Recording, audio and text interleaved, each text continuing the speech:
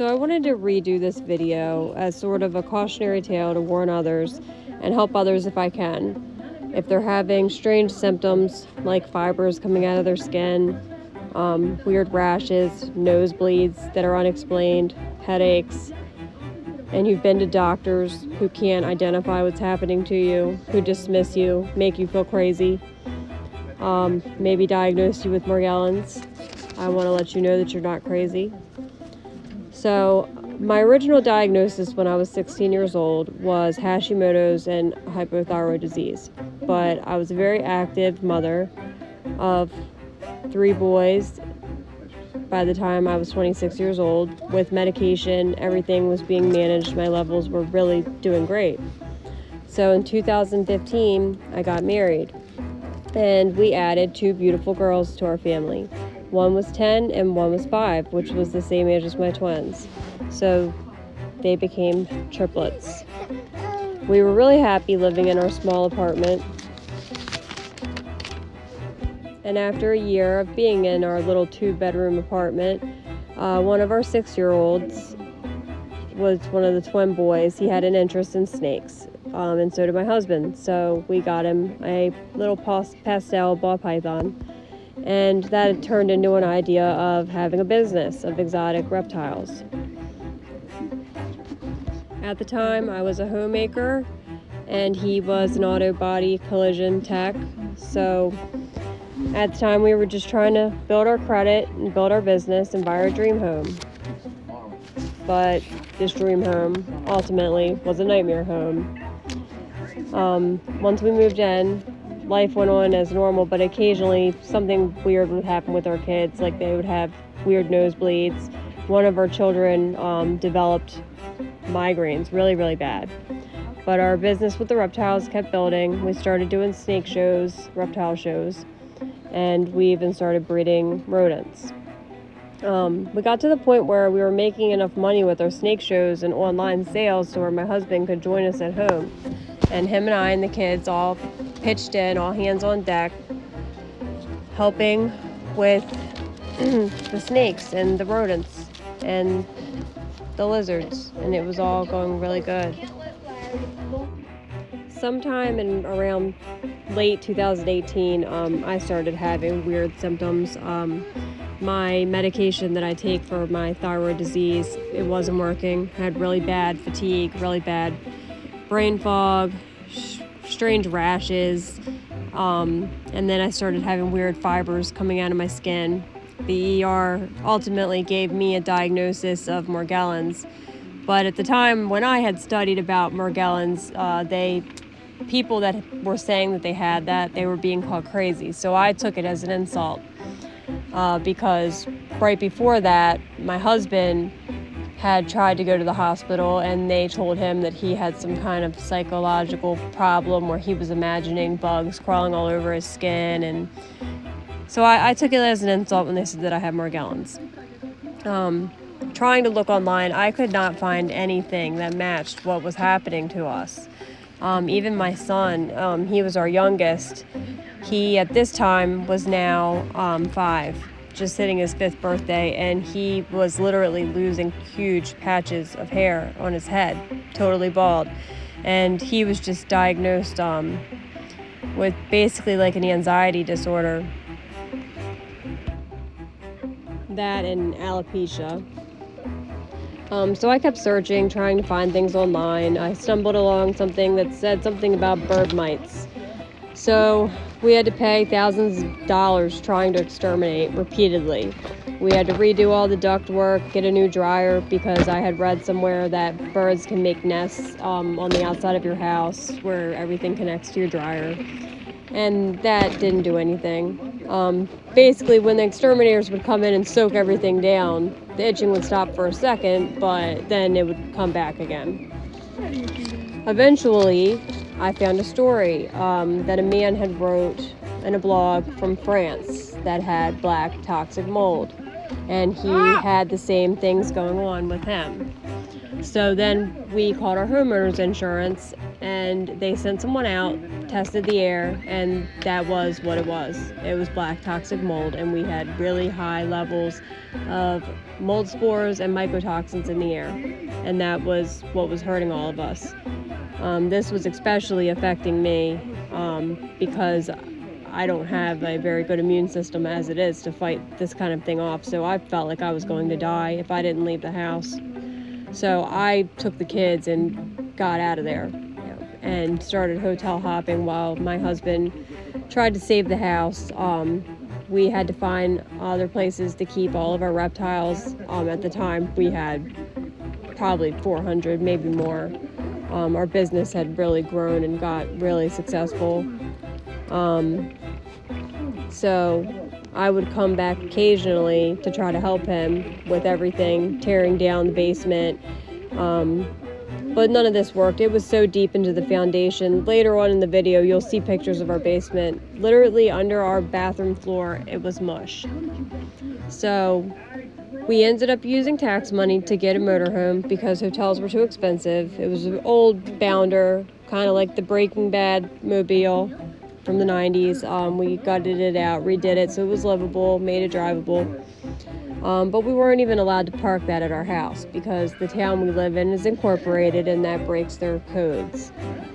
So we had to park at Walmarts, behind warehouses, wherever we could go because we had nobody to really turn to, no family that could, help us really.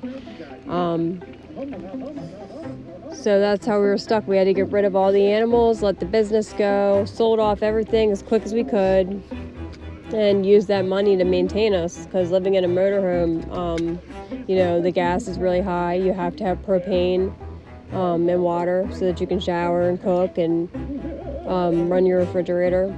Luckily, my husband's really handy, so he's able to fix anything that we needed to fix. We did solar on our motorhome so that we could run stuff. He even started inventing a self-running perpetual energy generator that now can run our whole motorhome, but at the time it was just in its beginning stages. In one of my other videos I linked his YouTube where you can see him working on that. So anyways, now we're at the point where we start with a lawyer working on our lawsuit. In discovery, it turned out that there was an inspection of the house done before the inspection that they did for us. And this discovery, it showed that during the inspection, they had told the prior homeowners that they had to fix stuff with the roof and with the basement, or they could not sell the house because there was water damage, significant water damage and mold. And we had obvious proof that they covered it up and they didn't fix things properly. They even screwed a hole in one of the pipes that went to the tub that was literally leaking water into the foundation of our home that whole time we were living there for like almost 2 years, not knowing what was going on. So then COVID. So by this time, COVID hit, and we were just living in the motorhome, and it had its pluses and negatives. One of the pluses is the kids and all of us were sick, so them being able to homeschool with their laptops was good, but we would have to find places to park to find Wi-Fi. And eventually their school gave us a mobile hotspot after we told them what the situation was. So that was good. One of the negatives was one of my main advocates, my grandmother, who was somebody that I could turn to for help. She had passed away. We don't really know why. They didn't really find out why, but all I know is she had a strange rattle and a wheeze right before she passed. So we were just stuck traveling state to state, doing odd jobs. We had our cats and our ferret. The way that we were with our ferret is we would leash train our ferret and kind of let it run around outside when it wanted to. It kind of also helped with our reptile business with controlling the rodents if they got out. So she was very used to being a worker ferret, being able to be free and loose. And after a year and a half of being in the motorhome, I had to let her go because I felt it was in her best interest. It wasn't right having to have her in her cage all the time while we were driving and traveling. So then, we still had our wildcats, and we still have that business, which really helps with money and everything. We've used that and money earned doing odd jobs and some of the stimulus to get a cheap property in West Virginia that we plan to do a homestead and build a cabin out of the timber that's already there. So then we got this property and we found out I was pregnant. I really did not want to bring another child into this, especially because we had to send 2 of our children to live with family because they had the option to do that, and we felt like that was better for them at the time. And I didn't think it was fair to bring another child into this horrible situation. We were already really struggling to try to make life as normal as possible for the 3 that were with us, but they've been through a lot. I mean, this has also taught them a lot about being self-sufficient and, how to handle struggle in a positive way. Like, we really tried to make this as positive as we can. But I couldn't abort the pregnancy. So I decided to have her, and I'm very glad that I did. So after having her and trying to breastfeed, my health really deteriorated. I stopped being able to produce milk when she was around 5 months old, and I just started having weird neurological issues, ended up diagnosed with 3rd cranial nerve palsy, and I think I have a secondary autoimmune disease. I'm due to go back to the doctor soon, but now my husband's on his own, so we need help, which is why we have the GoFundMe. But I also think that I need to make this about helping other people and letting them know what's happening to them, because a lot of people are in different groups, expressing the same weird symptoms, the same things, and they can't find. So my goal of all of this is to raise awareness about what these weird symptoms are, so that, if somebody hears this, they can get the air quality tested in their house and find out, do you have mold? Is that why you have strange fibers coming out of your skin and you can't function and you're losing your job because you can't work?